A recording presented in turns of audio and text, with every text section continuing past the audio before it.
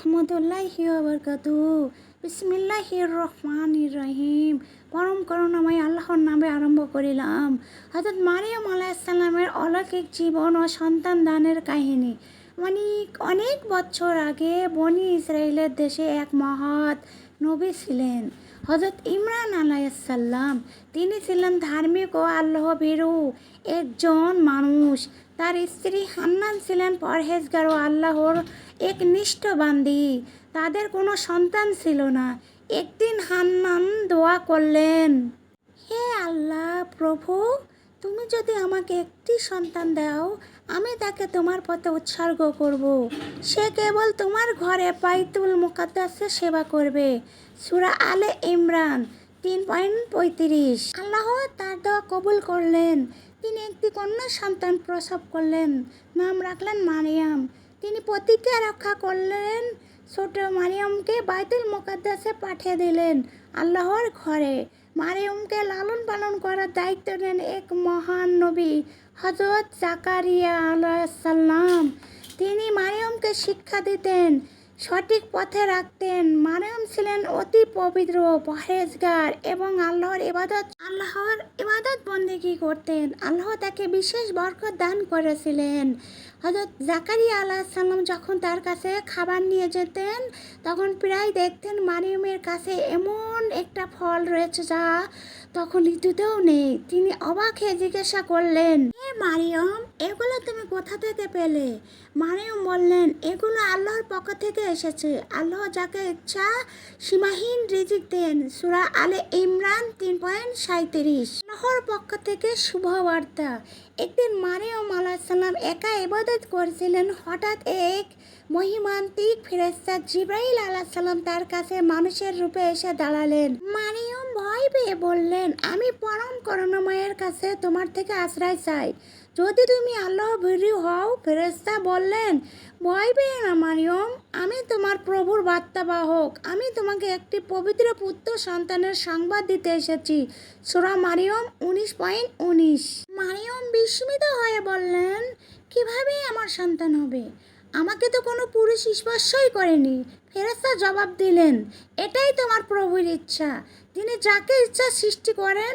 তিনি যখন কোনো বিষয় নির্ধারণ করেন, তখন শুধু বলেন, হও, তা হয়ে যায়। সূরা মারিয়াম 19:20-21।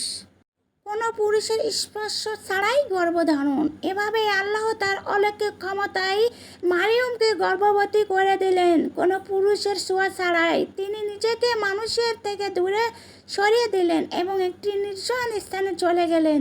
দিন যেতে লাগলো, রাত যেতে লাগলো। মারিয়ামের গর্ভে নবী ঈসা আলাইহিস সালাম বড় হতে থাকলো।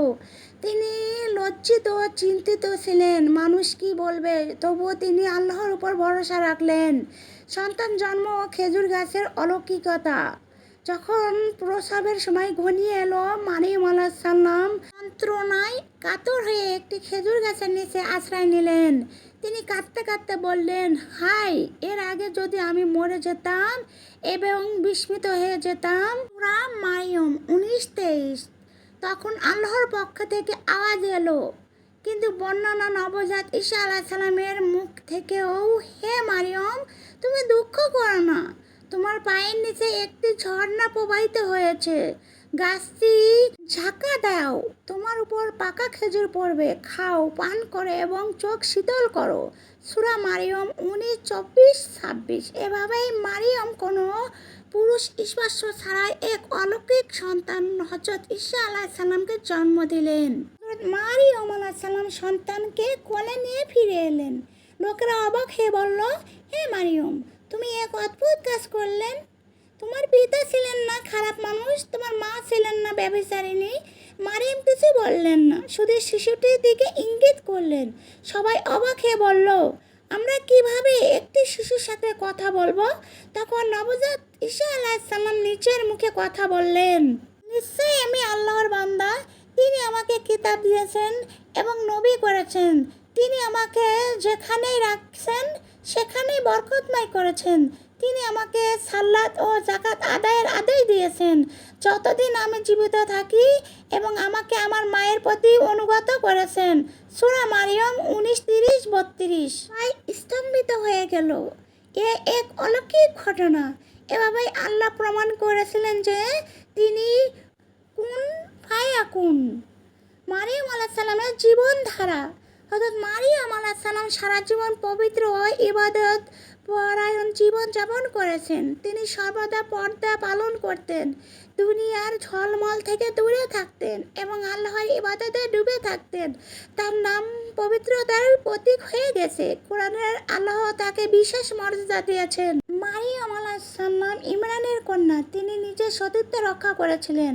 হযরত মারিয়াম আলাইহিস সালাম জন্ম দিয়েছিলেন এক মহান নবীকে, হযরত ঈসা আলাইহিস সালাম, যিনি ছিলেন আল্লাহর বান্দা ও রাসূল। তিনি আল্লাহর অনুমতিতে মৃত্যুকে জীবিত করতেন, জন্মবদ্ধকে সুস্থ করতেন এবং মানুষকে একমাত্র আল্লাহর ইবাদতের দিকে আহ্বান করতেন। ভিডিও যদি সকলের ভালো লেগে থাকে তো লাইক, কমেন্ট অ্যান্ড শেয়ার করে জানাবেন।